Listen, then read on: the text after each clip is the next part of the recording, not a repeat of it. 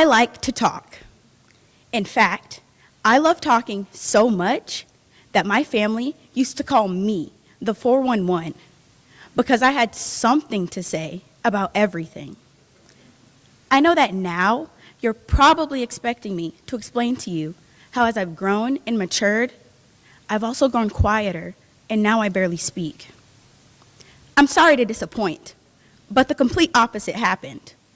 In fact, not only am I talking more, but I've developed a passion for it. Well, not necessarily talking, but public speaking. From finding a wow factor for the 7th grade Civil War project to learning how to use Prezi for the 8th grade capstone, I have genuinely enjoyed the process of public speaking. However, I have not always liked public speaking. I used to not have any confidence in myself or my abilities. I never thought that I was good or smart enough to do anything, especially speak in front of an audience. Part of my insecurity stemmed from being born with a blood disorder. I was born with sickle cell beta thalassemia, a blood disorder in which my blood cells are shaped like beans instead of like circles.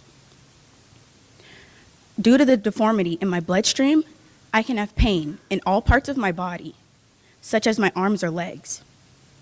From an early age until recently, I began to feel inferior to normal people around me.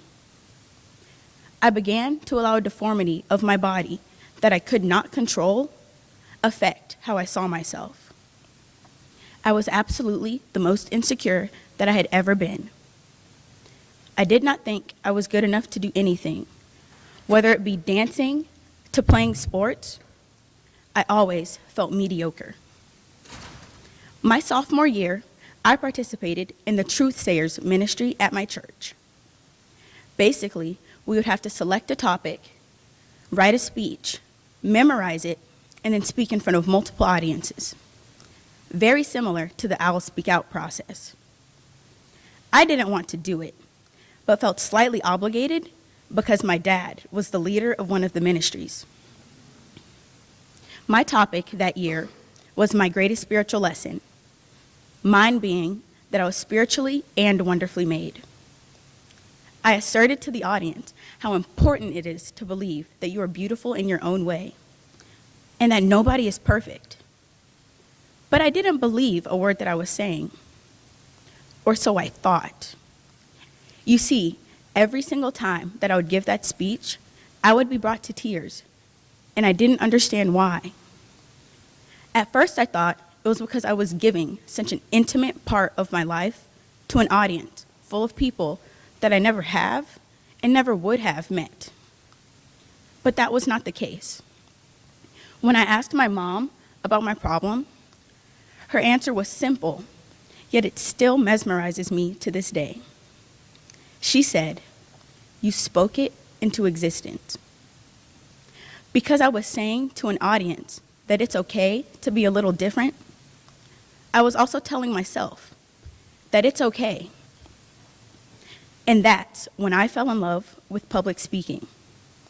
However, if somebody told me that months after beginning the process, I would have more confidence in myself, I would have laughed. Because there's no way that me, Madison Russell, can be exceptional at public speaking, right? I believe public speaking is more than getting in front of an audience to voice your opinion on a certain topic. It is a chance for you to voice your ideas and take advantage of the effect you can have. You never know who can be touched that day or who really needs to hear what you have to say. The author of the Dilbert comic strip, Scott Adams, once said, "You don't have to be a person of influence to be influential." In fact, some of the most influential people in my life aren't even aware of the things they've taught me. In a way, public speaking has changed my life. I wasn't even aware of the influence that I was having on myself until I no longer allowed for my insecurities to define who I was.